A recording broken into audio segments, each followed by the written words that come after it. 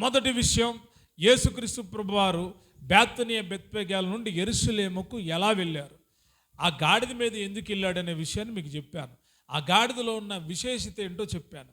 అయితే రెండవ అంశం ఏంటంటే ఎందుకు ఆయన యెరూషలేము వెళ్ళాడు, ఎందుకు వెళ్ళాల్సి వచ్చింది. చాలాసార్లు యేసుక్రీస్తు ప్రభువారు యెరూషలేం పట్టణానికి వెళ్ళాడు. కానీ ఆ సమయంలో శిష్యులతో ఒక మాట చెప్తున్నాడు. చదువుతారా? లోకాసు వార్త 18వ అధ్యాయం 31వ వచనం. ఆయన తన 12 మంది శిష్యులను పిలిచి, ఇదిగో యెరూషలేమునకు వెళుచున్నాను, మనిషి కుమారుని గురించి ప్రవక్తల చేత వ్రాయబడిన మాటలన్నీ నెరవేర్చబడును. ఆయన అన్యజనులకు అప్పగింపబడును. వారు ఆయనను అపహసించి అవమానపరిచి ఆయన మీద ఉమ్మివేసి ఆయనను కొరడాలతో కొట్టి చంపుదురు. 3వ దినమున ఆయన మరలా లేచునని చెప్పాను. చాలు. ఇక్కడ చాలా స్పష్టంగా రాయబడినటువంటి మాట ఏంటి అంటే, ఆయన ఎందుకు యెరూషలేముకు వెళ్తున్నాడో తన 12 మంది శిష్యుల్ని పిలిచి, ఇక్కడ పిలిచి అన్నది కానీ మనం మత్తయి సువార్తలో చదివితే రహస్యముగా పిలిచి, ఏకాంతముగా పిలిచి అని చెప్తున్నాడంట. ఇదిగో నేను యెరూషలేమునకు వెళ్ళుచున్నాను. ఎక్కడికి వెళ్తున్నాను? వాళ్ళకి అర్థం కావాలి, ఒక ప్రవచనం నెరవేర్చబడబోతుందనే విషయం వాళ్ళకి తెలియాలి. ఎందుకు ఆయన యెరూషలేముకి వెళ్తున్నాడని ప్రత్యేకంగా చెప్తున్నాడు అంటే, యెరూషలేములో శిలువ మరణం జరగబోతుంది. యెరూషలేములో మనిషి కుమారుడు అప్పగించబడబోతున్నాడు. యెరూషలేములో దైవ కుమారుడైనటువంటి యేసుక్రీస్తు ప్రభువారు చంపబడబోతూ ఉన్నాడు. ఈ విషయము మరలా శిష్యులకు గుర్తు చేస్తూ ఉన్నాడు. ఆయన చనిపోతాడని శిష్యులకు ముమ్మారు తెలియజేశాడు. ఇదిగో మనిషి కుమారుడు అప్పగించబడతాడు, సిలువ వేయబడతాడు, చనిపోతాడు, మరలా తిరిగి లేస్తాడనే విషయాన్ని చెప్పాడు. అయితే యేసుక్రీస్తు ప్రభువారు ఎందుకు యెరూషలేముకు వెళ్ళాడంటే, మొట్టమొదటిగా ప్రవచనముల నెరవేర్పు జరగవలసి ఉంది కనుక ఆయన యెరూషలేమునకు వెళ్ళాడు. ఎందుకు వెళ్ళాడు? ప్రవచన నెరవేర్పు. ఏంటి ఆ ప్రవచన నెరవేర్పు?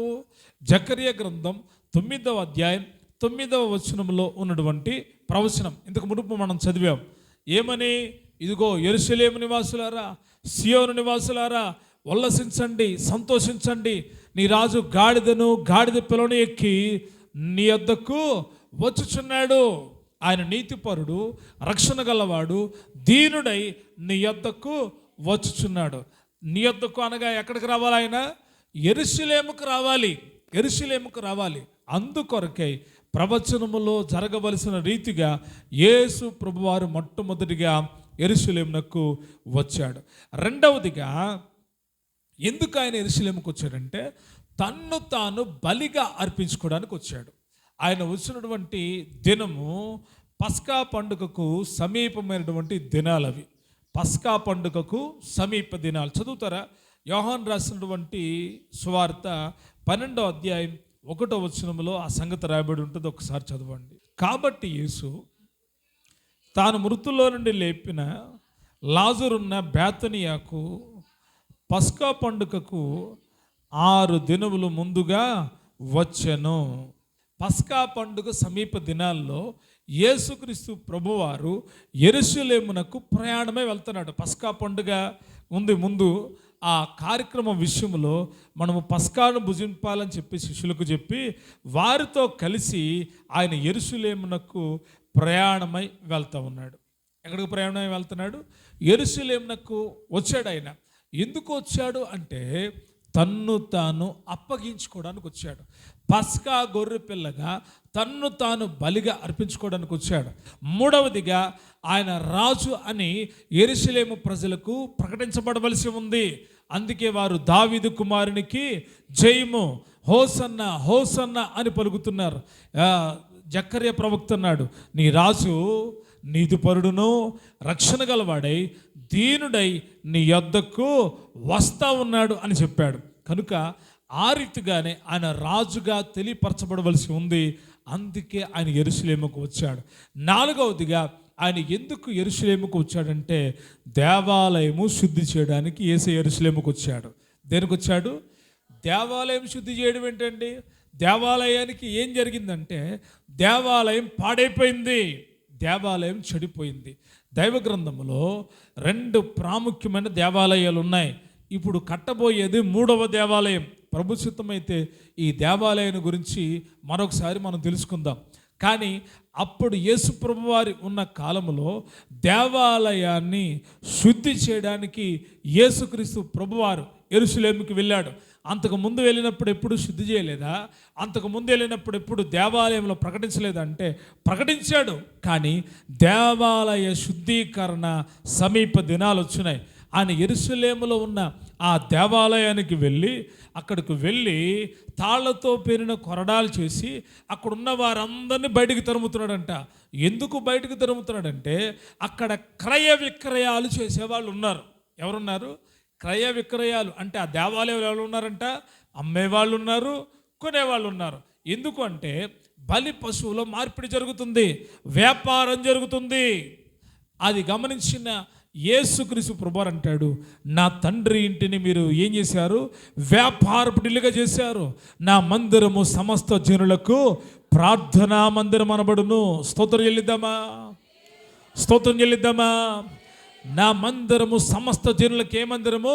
ప్రార్థనా మందిరం అనబడును అని వ్యాపారపు ఇల్లుగా చేశారని అంటాడు.